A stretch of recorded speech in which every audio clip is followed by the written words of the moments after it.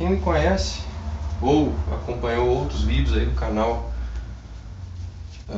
sobre Estado, indivíduo, ou mesmo já leu algo meu nesse sentido, sabe que eu tenho meu ceticismo político. Embora eu tenha esse ceticismo, eu gosto de estudar conquistadores ou políticos antigos.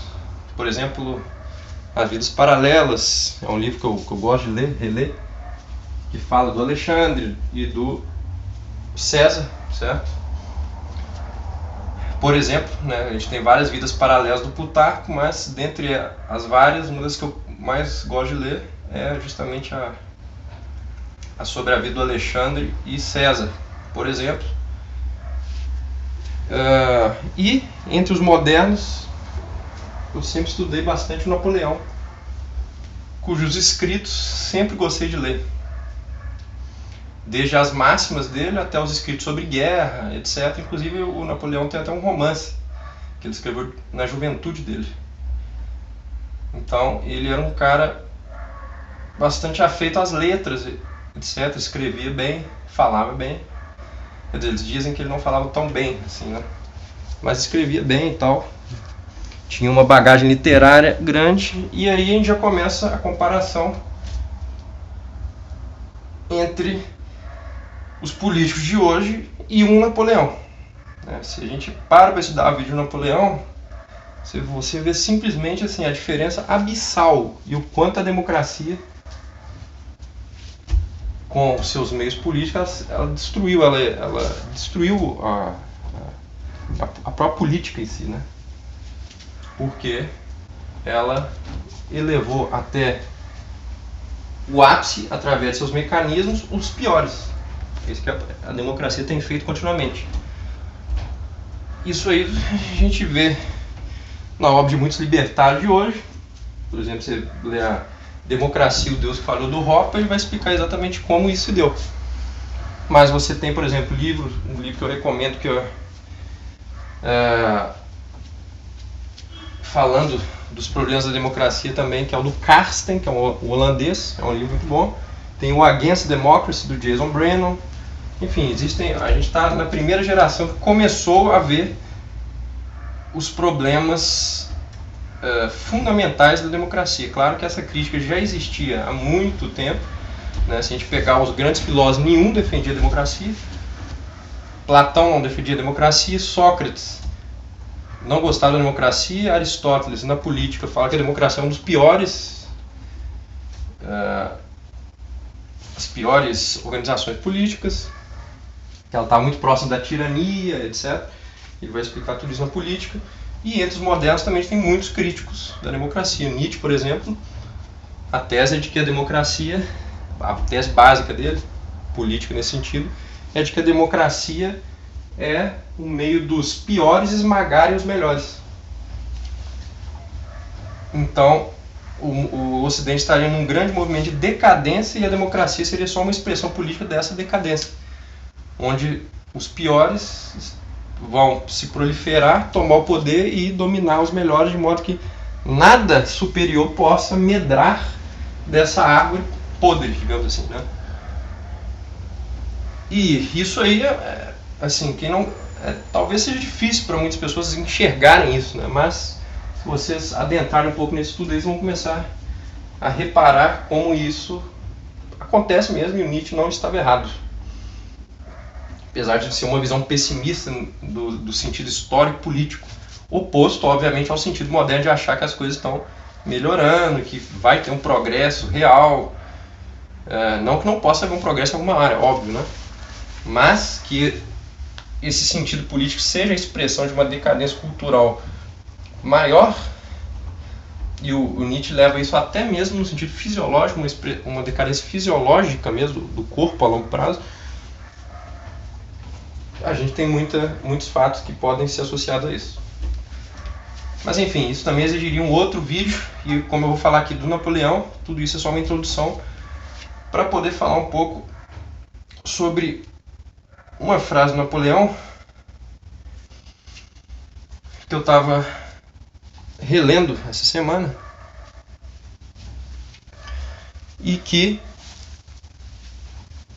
eu vou colocar, que vai ser colocado na descrição. Eu vou colocar lá na descrição aqui, porque eu não lembro de cabeça exatamente o aforismo em si, eu quero que vocês leiam ele, então eu vou colocar lá na descrição do vídeo. Mas basicamente, assim de cabeça falando, né, o aforismo ele resume o seguinte tema: Napoleão, depois de haver feito suas campanhas, etc., ele escreve que um dos erros dele foi ter tentado limitar os indivíduos, né, enquanto o movimento, na verdade, moderno, para ele, era o de que os indivíduos necessitavam de mais liberdade e o que eles deveriam ser pegados, digamos assim, pelo seu egoísmo. Ou seja, quem quisesse fazer com que os indivíduos pudessem fruir uma vida realmente melhor, etc., o fundamento do aforismo é esse, deveria, na verdade, fazer o contrário dele, que ele fez, que ele achou que era um erro dele, e proporcionar o aumento, ou pelo menos uma liberdade maior do egoísmo dos indivíduos. Porque é como se fosse esse o sentido que ele não tinha captado. Bom, isso aí vai de encontro com muitas coisas interessantes, vão desde a economia até a política, etc. E eu queria então comentar esse aforismo e juntar com esses outros pontos que eu havia falado, da democracia, etc., para a gente ver então o quanto o Napoleão antecipou tudo isso, que a gente vê como uma primeira insurgência ao comportamento de rebanho e a questão do indivíduo dever se imiscuir em um coletivo gigantesco, uma massa, um Estado, etc.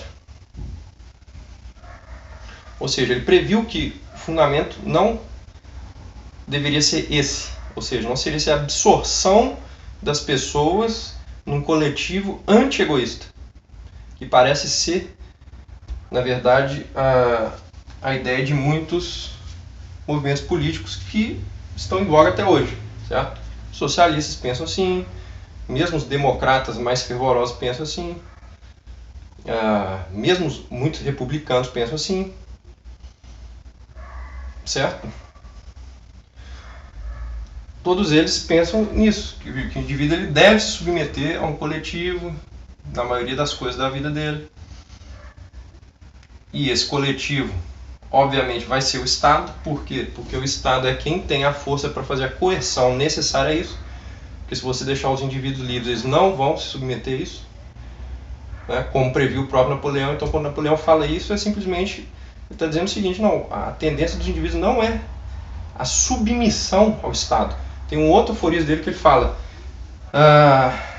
Maquiavel pode dizer o que quiser. Os estados, o Maquiavel pode dizer o que quiser. Os povos não se submetem à força. Um dos aforismos dele é exatamente sobre isso. Se eu não me engano, nas máximas que o Balzac recolheu do Napoleão. Eu tenho vários livros de máximas dele, mas em um deles ele fala isso. Eu não sei exatamente qual dos livros é de máximas. Mas é isso. Então Napoleão, mesmo sendo um político em certa medida tirânico, certo, que ele queria impor à Europa o seu padrão, e embora tivesse essa tirania, ele queria impor em partes liberdades também. A gente tem que lembrar disso.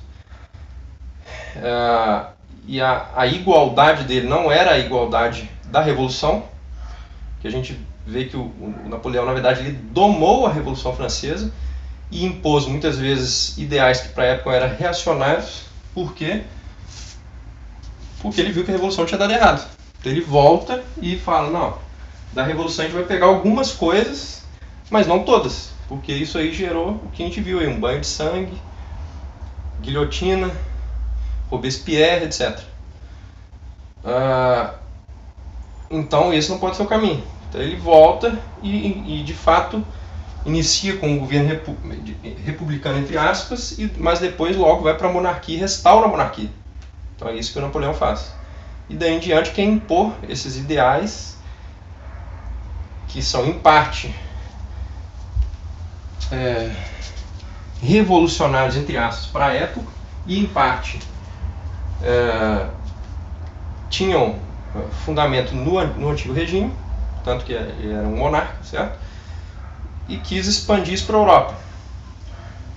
Claro, uma ambição gigantesca.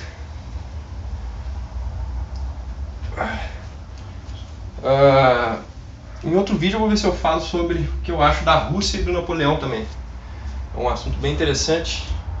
O Napoleão tentou invadir a Rússia, não conseguiu, né? Mas o que é uma coisa da gente conjecturar é o que teria acontecido se o Napoleão tivesse conseguido invadir a Rússia, certo? E o Napoleão tinha uma grande crítica aos russos na época. Mas enfim, isso é um assunto para outro vídeo, senão vai ficar muito grande. Enfim, então Napoleão, a despeito disso tudo, depois ele, ao longo da vida, como um pensador mesmo, ele vai vendo determinados erros que ele cometeu, entre eles esse de achar que se ele fizesse um Estado capaz de impor a força, os povos se submeteriam, necessariamente. Só que ele viu que não era assim, certo? E mesmo quando a gente pega os povos antigos, por exemplo, na época do Alexandre o Grande e tal, a gente vai ver que mesmo com as conquistas do Alexandre, o que havia muito entre os gregos e outros povos era uma mescla de culturas. Então, os outros povos, por mais que eles se submetiam em certo aspecto, ou pagavam imposto mínimo e tal, eles mantinham muito a cultura deles, e os gregos pegavam e bebiam na cultura desses outros povos também. Então não era uma imposição tão brusca, digamos assim, apesar de ter a imposição militar. A mesma coisa em Roma. Então havia uma absorção da cultura. Então nesse sentido é impossível se impor a força totalmente aos povos. E Napoleão estava certo nisso, embora veio descobrir depois, né, mais tarde. Isso. Depois de tentar na experiência, ele vem e fala isso. E isso a gente tem que trazer para a atualidade também. Então, será que os povos hoje eles submeteriam à força? Aqueles que querem expandir seu poder hoje, será que eles vão conseguir impor desse modo? Bom, se eles lerem Napoleão, eles vão saber que não vai ser tão fácil assim, certo? Os estados atuais eles estão tentando impor muita coisa às pessoas, e muitas dessas coisas é advinda de poderes internacionais, certo? A maioria das coisas aí da pandemia não foram os Estados-nações que criaram, foram instituições internacionais. Só que nessa tentativa dessas instituições engolirem os próprios Estados nacionais e imporem, então, suas agendas, esses povos não vão submeter à força, muitos deles. Como a gente está vendo aí, revoltas pelo mundo inteiro. A gente vê que esse fenômeno, já testado pelo Napoleão, ele se repete mais uma vez. Então quem diz que os povos vão se submeter a toda essa agenda? Certo? Esse é um primeiro ponto. E o outro, por fim, para não ficar muito extenso esse vídeo, a questão do egoísmo do Napoleão, ela tem tudo a ver então com esse movimento, para unir o início do vídeo sobre o problema da democracia. Então Napoleão ele percebeu isso, que não adianta você fomentar um anti-egoísmo entre os povos, porque os indivíduos eles não só são obviamente naturalmente egoístas, mas também eles cada vez mais, se a gente pensar o desenvolvimento material, certo? Tecnológico e material, ele vai se desenvolver em certo sentido para dar vazão aos egoísmos, às liberdades individuais. Óbvio que, em certa medida, a própria tecnologia ela limita também a liberdade, certo? A gente não pode ver as coisas só por um lado. Mas ela aumenta em outros pontos. Então, a liberdade ela é sempre assim, ela tem uma certa dualidade, certo? Se você fica livre num ponto, às vezes não vai ser tão livre em outro, e assim vai. A gente não consegue ter uma liberdade absoluta em nada. Em todo caso, os indivíduos, como eles vão tomando consciência do próprio processo econômico, dos meios econômicos deles, certo? Hoje, mais que nunca, a gente tem uma cultura que vai espalhando, principalmente com a informação descentralizada que a internet proporciona,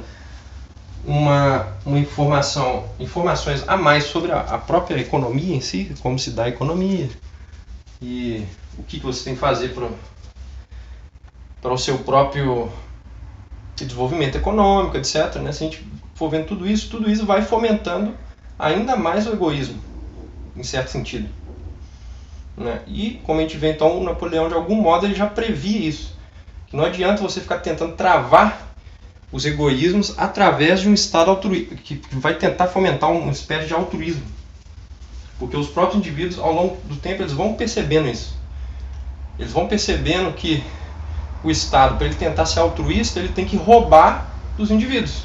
Ele tem que expropriar. O imposto não é uma expropriação. Certo? Então, os próprios egoísmos eles vão se rebelando a longo prazo contra essas coisas que lhes são perniciosas. Óbvio que a gente ainda vive um ideal estatista. A maioria das pessoas ainda acredita no Estado. Mas, pela primeira vez, a gente tem uma época onde inúmeros autores aí estão despontando em torno do mundo com um pensamento oposto, ou seja, um pensamento anti-estatista. Um pensamento de notar que, na verdade, o Estado ele não está aplacando os egoísmos. Ele está simplesmente concentrando meios para que outros egoísmos imponham a sua vontade. Então, a questão do egoísmo ela é bem profunda, eu poderia abordar ela a partir de outros autores também, como a Ayn Rand ou Max Stirner, que são ambos autores que tratam muito do egoísmo, que são bem interessantes. O Stirner é o mais interessante deles, na minha opinião. Mas não vou adentrar aqui neles. Só queria finalizar o vídeo então falando isso, que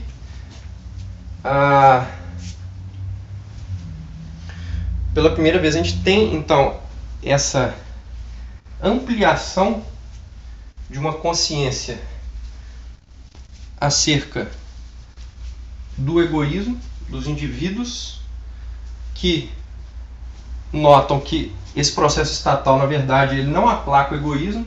Muitas vezes ele vai, inclusive, fomentar o egoísmo no sentido de aglomerar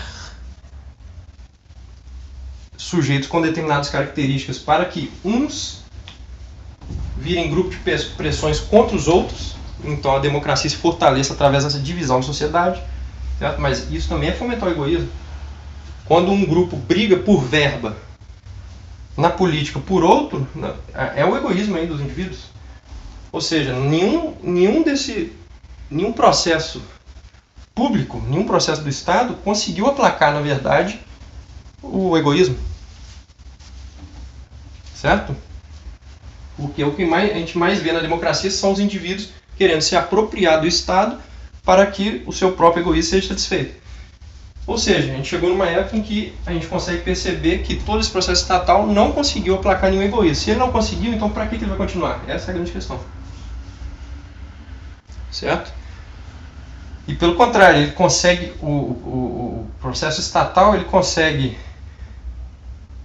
não só não consegue aplacar os egoísmos individuais, como ele consegue fomentar meios onde determinados egoísmos, acumulando poder, conseguem impor aquilo que o seu egoísmo deseja, de um modo muito mais rápido do que se a gente tivesse uma sociedade mais descentralizada, certo? Ou seja, sem um monopólio do Estado, sem um monopólio da força, etc. E que tivesse todos os processos de segurança, de justiça, etc., descentralizados. O processo de centralização do Estado ele consegue o oposto do que ele quer no início. Inicialmente, a gente pega as democracias, elas querem isso, uma igualdade através de um altruísmo estatal. Só que, como a gente está vendo, e como eu expliquei anteriormente, não ocorre isso, porque não se aplaca o egoísmo, pelo contrário, se acumula meios para que esse egoísmo consiga, inclusive, focar a sua força e impor-se sobre toda a sociedade. Certo? E então, fechando com Napoleão, a gente vê o tanto então que ele estava já prevendo, digamos assim, apesar de ser um pequeno aforismo, ele vai falar isso em outros trechos, tá? Mas esse aforismo sintetiza bem esse ponto. Então a gente vê que ele já estava consciente de que esse processo iria perdurar aí ao longo dos próximos séculos, o que é bem interessante.